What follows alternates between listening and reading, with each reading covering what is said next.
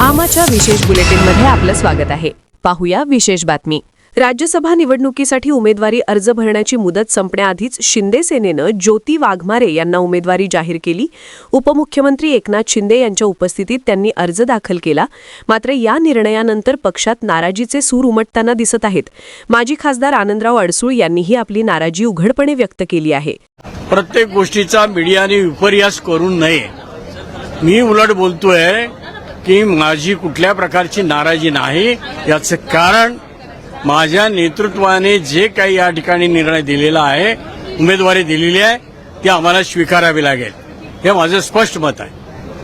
त्यामुळे तिथं नाराजी त्याला दिली मला का नाही दिली ही नाराजी नाही आहे। आतापर्यंत मी घडलेल्या घटना मात्र लोकांनी विचारल्या, त्याची उत्तरं दिलेली आहेत। कारण मागच्या लोकसभेला 24 मार्चला माननीय अमित शहानी मला दिल्लीला बोलवलं।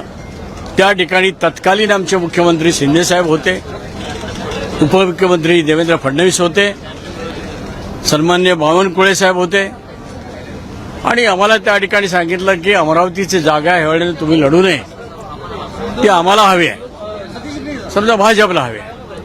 मी त्यांना सांगितलं माझी 6वी टर्म आहे, मी निवडून आलो तर मी त्या ठिकाणी कॅबिनेट मंत्री होतो, त्यामुळे त्यापेक्षा मोठं पद आम्ही तुम्हाला देणार आहोत, राज्यपाल। आणि तिथल्या तिथं आदेश दिला दोघांना, सीएम डेप्युटी सीएमला, तुम्ही असा प्रस्ताव राज्यपालांचा अडसूळांचा माझ्याकडे आत्ता लेखी स्वरूपात द्या। आता या घटनेला येणाऱ्या 24 तारखेला 2 वर्ष होत आहेत। मधल्या काळामध्ये 2 वर्षामध्ये 10 राज्यपाल नियुक्त झाले, परंतु आम्हाला दिलेला शब्द पाळलेला नाही। ही नाराजी का असू नये?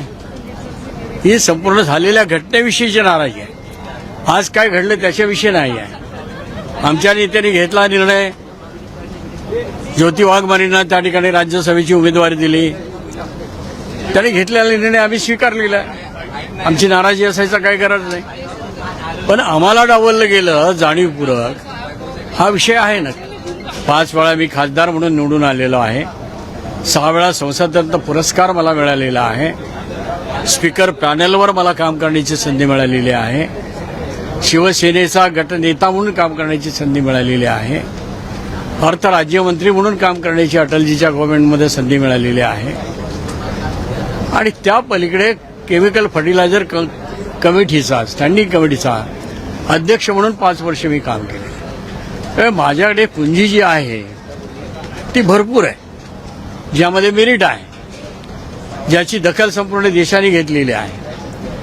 आता ज्या लोकांनी दखल घ्यायला पाहिजे आणि घेतली नसेल तर कुणाला दोष द्यायचा, कशा करता द्यायचा? नाराजी कुणाविषयी प्रकट करायची? घडलेल्या ज्या काही घटना आहेत त्याविषयी नक्की अंतर्मनामध्ये एक नाराजी असते। आमा चॅनलला लाईक करा, बातमीला शेअर करा, सबस्क्राईब फॉलो करायला विसरू नका।